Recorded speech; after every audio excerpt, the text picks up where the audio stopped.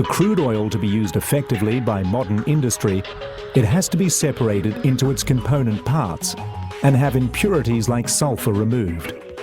The most common method of refining crude is the process of fractional distillation.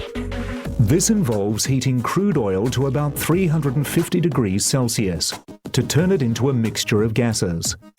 These are piped into a tall cylinder known as a fractional tower. Inside the tower, the very long carbon chain liquids such as bitumen and paraffin wax are piped away to be broken down elsewhere.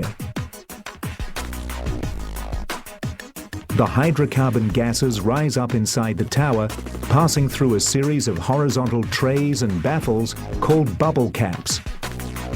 The temperature at each tray is controlled so as to be at the exact temperature that a particular hydrocarbon will condense into a liquid. The distillation process is based on this fact. Different hydrocarbons condense out of the gas cloud when the temperature drops below their specific boiling point. The higher the gas rises in the tower, the lower the temperature becomes. The precise details are different at every refinery and depend on the type of crude oil being distilled. But at around 260 degrees, diesel condenses out of the gas. At around 180 degrees, kerosene condenses out. Petrol or gasoline condenses out at around 110 degrees, while petroleum gas is drawn off at the top. The distilled liquid from each level contains a mixture of alkanes, alkenes, and aromatic hydrocarbons with similar properties, and requires further refinement and processing to select specific molecules.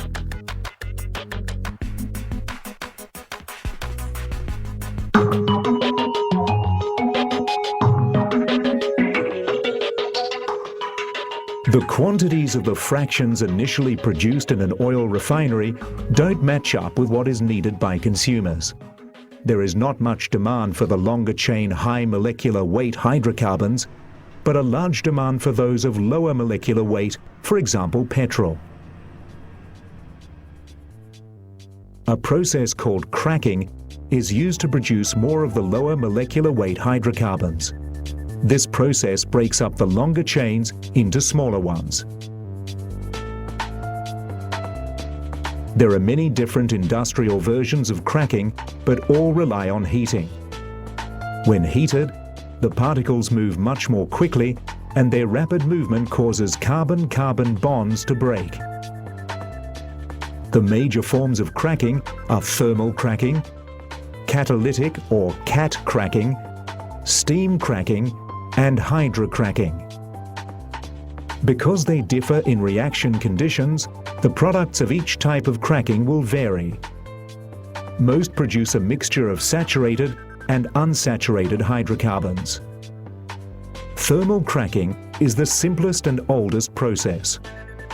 The mixture is heated to around 750 to 900 degrees Celsius at a pressure of 700 kilopascals. That is around 7 times atmospheric pressure. This process produces alkenes such as ethene and propene and leaves a heavy residue. The most effective process in creating lighter alkanes is called catalytic cracking. The long carbon bonds are broken by being heated to around 500 degrees Celsius in an oxygen-free environment in the presence of zeolite. This crystalline substance, made of aluminium, silicon, and oxygen, acts as a catalyst.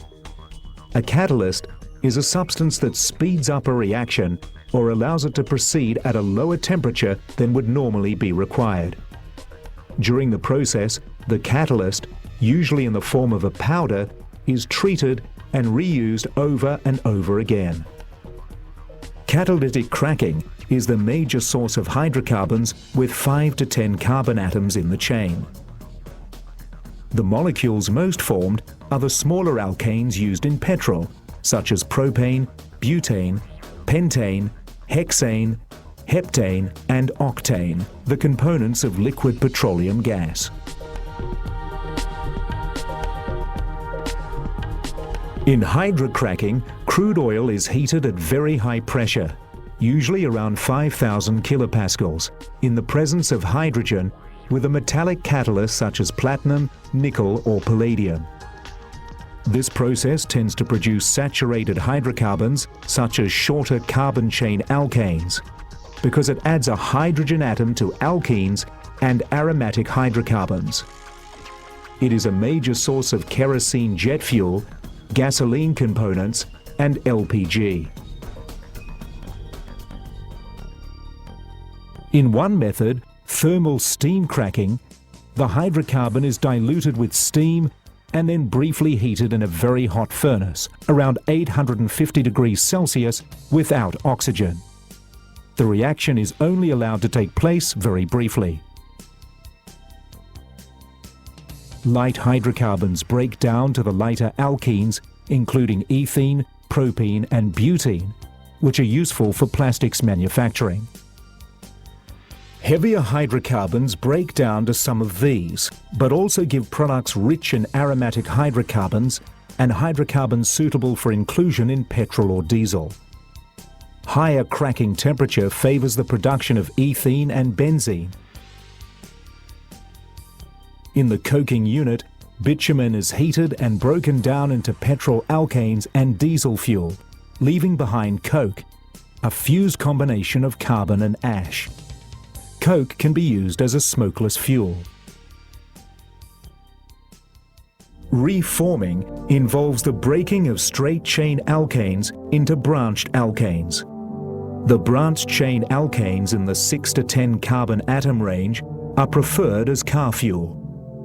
These alkanes vaporize easily in the engine's combustion chamber without forming droplets and are less prone to premature ignition, which affects the engine's operation. Smaller hydrocarbons can also be treated to form longer carbon chain molecules in the refinery. This is done through the process of catalytic reforming. When heat is applied in the presence of a platinum catalyst, short carbon chain hydrocarbons can bind to form aromatics used in making chemicals. A byproduct of the reaction is hydrogen gas, which can be used for hydrocracking. Hydrocarbons have an important function in modern society, as fuel, as solvents, and as the building blocks of plastics. Crude oil is distilled into its basic components. The longer carbon chain hydrocarbons may be cracked to become more valuable shorter chain hydrocarbons, and short chain molecules can bind to form useful longer chain molecules.